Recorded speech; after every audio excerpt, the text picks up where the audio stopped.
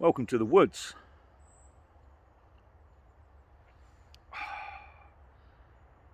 Now this is Tuesday's video that I couldn't get to load Tuesday. Today's Thursday.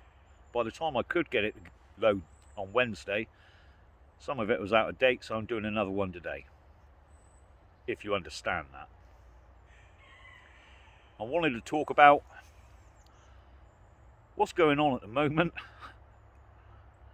and what we're likely to see coming down the road in the near future, in 2022. And in my last video, I said we'd won a small victory. And we did. We have done. Because without a shadow of a doubt, the amount of opposition to the restrictions that have been foisted upon us for the last 2 years has had some bearing on things being rolled back slowly, especially in the UK and in the States.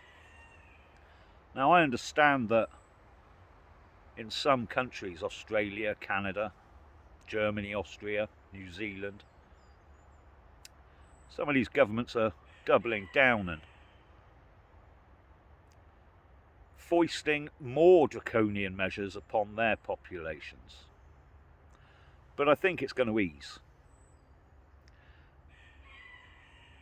And I think it's going to ease because they've got what they wanted. Around 70 to 80% of people have taken the injection. Some places higher than that.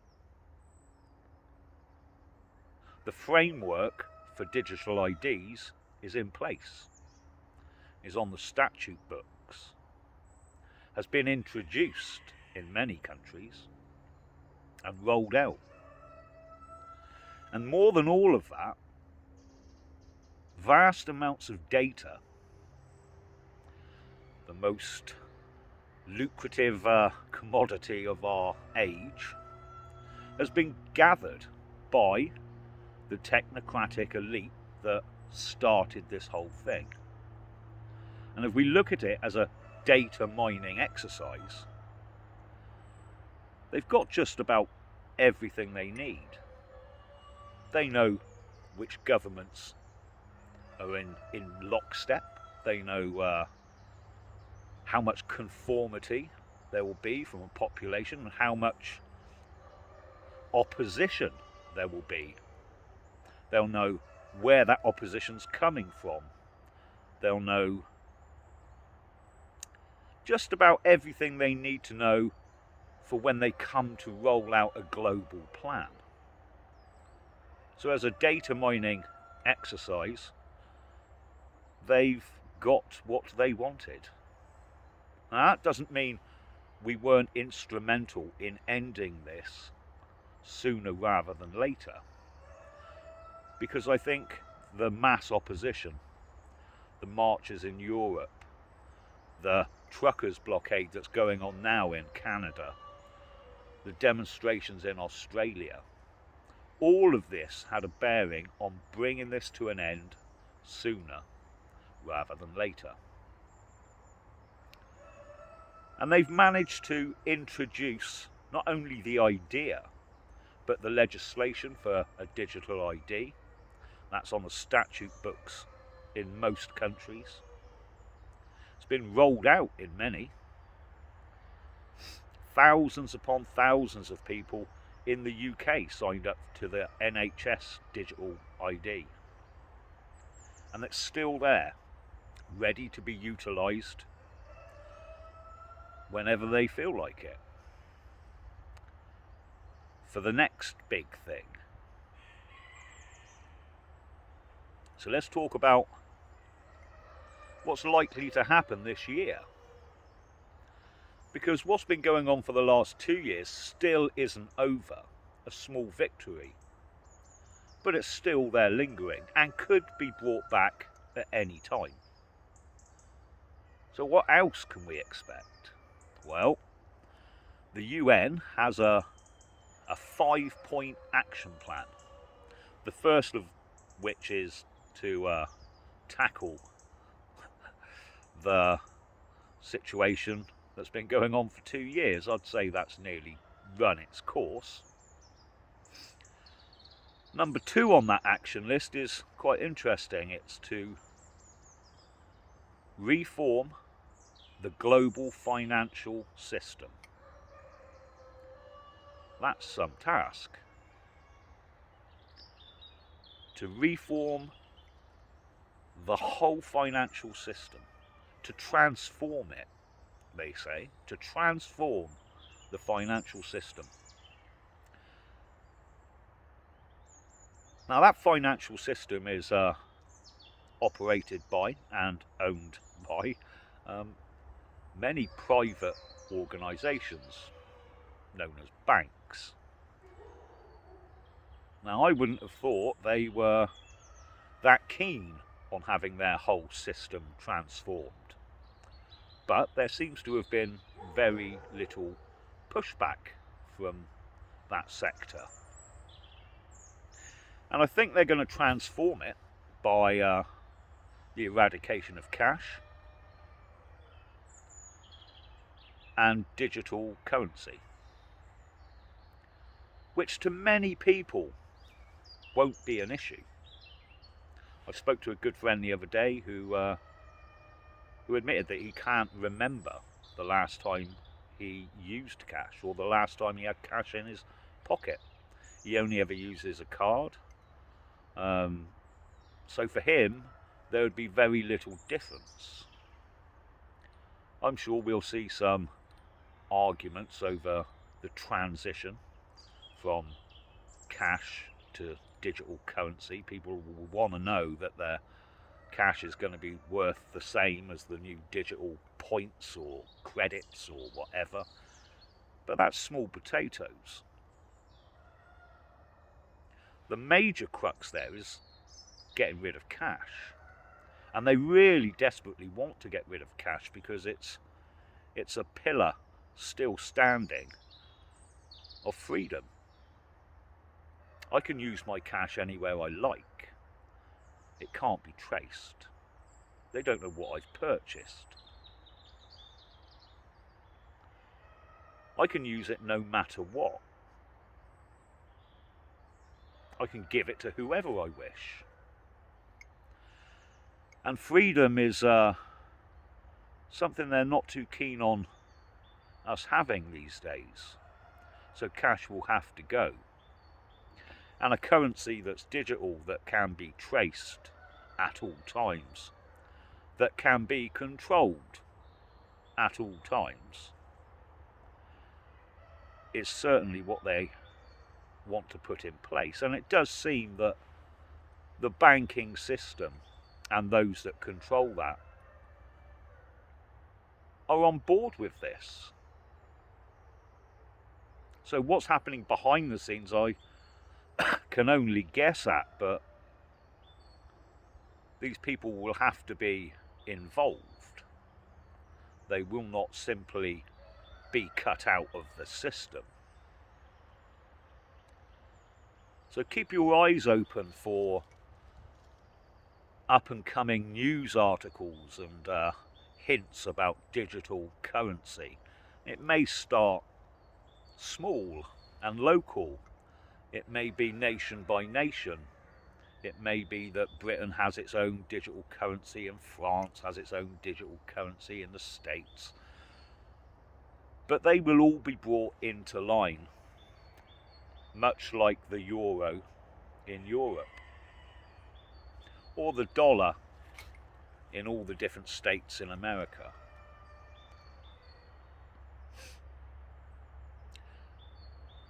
Another lever for control. And third on the UN's hit list is the one we've all been waiting for: action against the climate catastrophe. Urgent action to deal with the climate. Now, the climate to me, seems fine. There are certainly environmental issues that need to be tackled. And I think we've already made headway with that. On a personal, on a individual basis, not so much the corporations. So how do they plan on urgently tackling this climate catastrophe? Well, they're going to want a net zero carbon emissions, which means no cars, no petrol or diesel cars, or lorries, or transportation. So you won't have a car. And please, don't buy into the fairy tale of electric vehicles. There's no infrastructure. And there won't be. And even if they managed to get enough charge points, there's not enough electricity being supplied or being manufactured or available to keep all those cars on the road. It is a fairy tale that's being sold to the public. So you will be without transportation, which is going to drive you into wherever the employment is for a short period of time whilst employment still exists. And it's all a scam. Let me explain. In the UK, at the moment, around 60% of our energy comes from renewables, from solar, wind, those hideous windmills, tidal. And if you have an understanding of solar and tidal power and wind power, you'll understand that it's free. That's one of the huge benefits. So we should have seen a 60% decrease in our electricity bills. But sadly, my business has just had a 50% increase. So whereas the amount of renewables in this country goes up, so does my electricity bill. There's someone making a lot of money somewhere, and they're taking it off of me. And I know how solar works because here in the cabin, I don't pay for electricity because it runs on solar. So you can see how bills should go down, but in fact they're going up. And they're trying to take away all other resource, so they're cracking down on log burning stoves and log burning fireplaces. And they'll come out with some old tosh that it's too polluting. The fact that people have been burning dry wood for thousands upon thousands of years with very little harm to the environment seems to have passed them by. So in their quest for zero carbon emissions, there'll be no cars. There will be no farting cows. Far too dirty. So with no cows, you'll have no beef, and pigs are probably going to be listed the same. So you're actually going to have no meat. You'll be forced to purchase Bill Gates's manufactured meat, or maggot burgers, as they try to convince you that insects are healthy. You can see how this idea of the World Economic Forum of a smart city is going to be a necessity as people herd towards employment and smaller living quarters, eating maggot burgers, where they can't get out of that city because they've got no transport. And they're not allowed into the countryside because it would be bad for the environment. So yeah, I'm sure the UN have urgent need to tackle the climate by once again removing your freedom. Your freedom to own a vehicle. Your freedom to travel.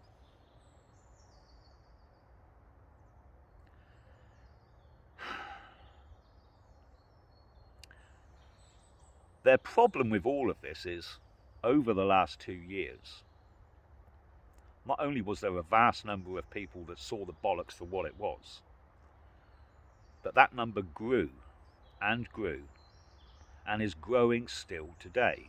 And I hear a lot of people saying that the compliance of most people wearing masks and standing in line for injections was disheartening, and that they've given up talking to everyday people. They've given up talking to the man next door or that lady down the road. But don't. Sometimes it'll fall on deaf ears, that's true. But sometimes it sinks in. It might just take a little time. And bit by bit, they'll come over to our way of thinking. And we shouldn't berate them. We should welcome them with open arms. One more on our side. One more person that will see what's coming down the road for what it truly is. Another load of lies. Another load of ways to strip you of your freedom.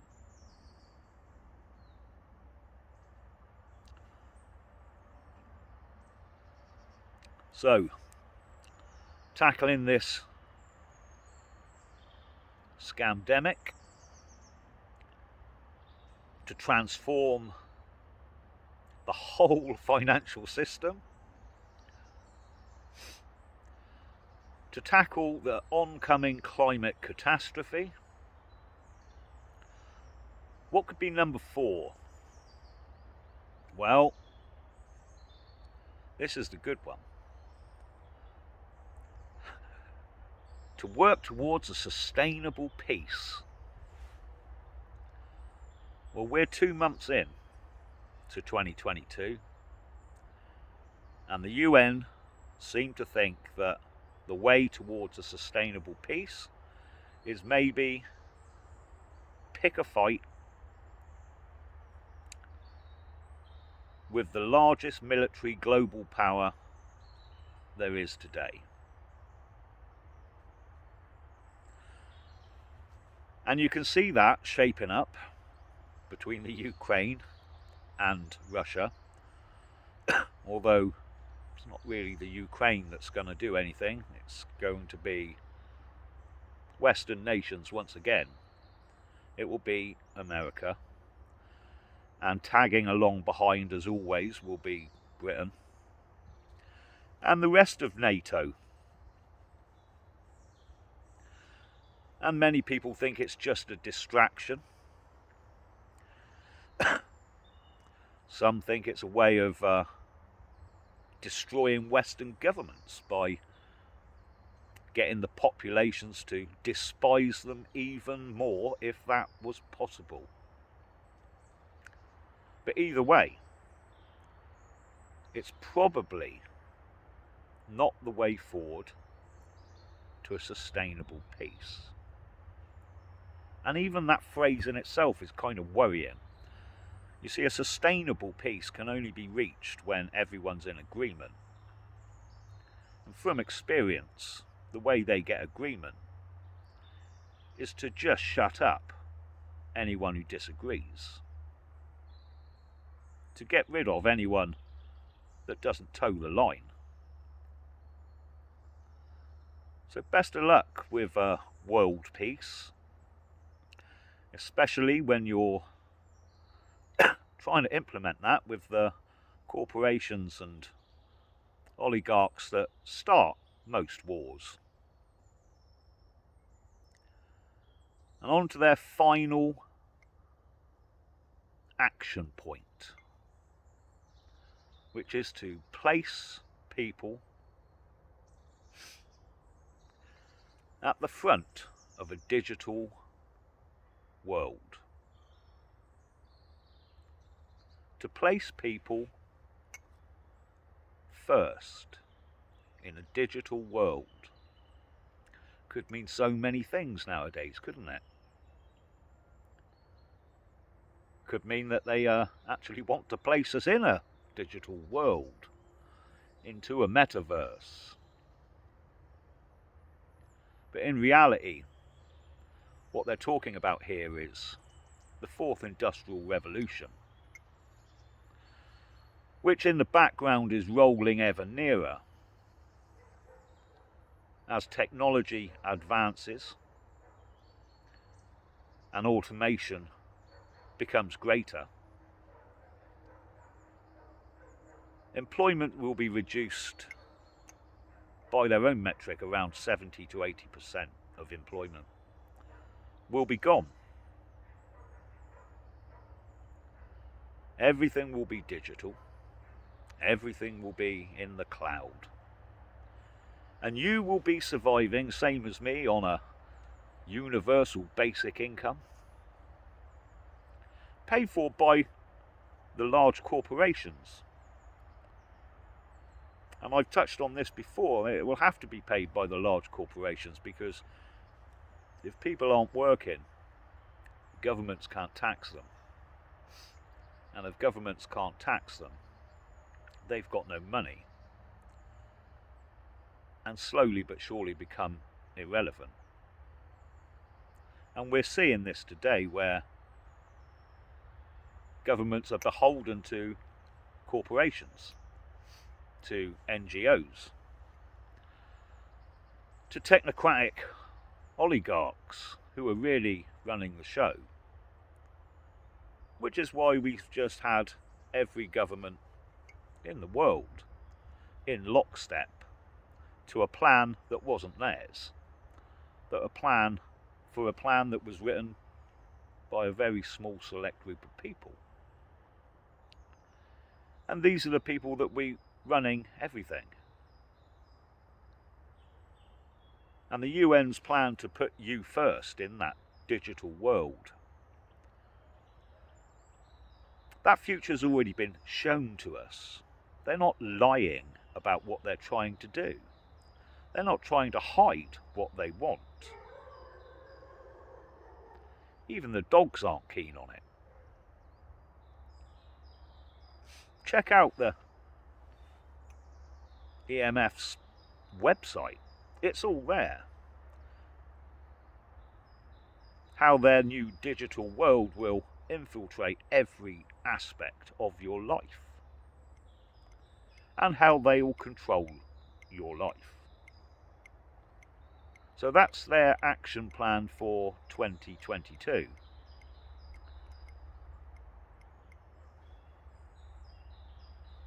The pandemic, transform the financial system, get to grips with the climate catastrophe, world peace, and welcome in the new digital era.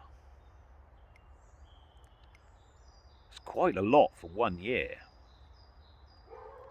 and I'm fairly sure they won't get it all done. But I am sure they're going to make a start. And as per usual, it's going to be down to us to point out at every point, every step of the way, where this is leading. So keep on talking to people. Direct them to videos, to information. Let them make up their own mind. The more people on board, the more people on our side, the greater chance we've got of stopping them.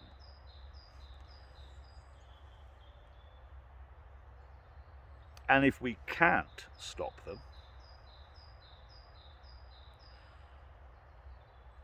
we need to find a way to exist within the system they're going to force upon us.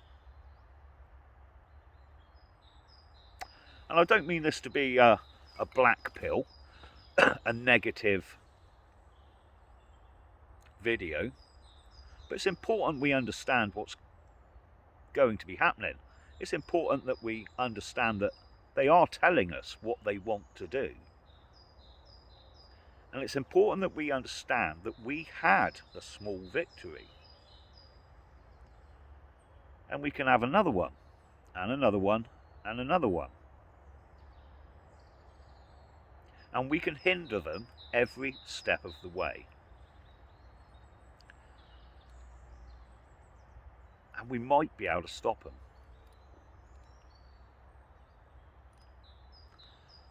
So here's to this year, here's to the battle, and here's to the possible victory. Cheers everyone, I'll speak to you soon.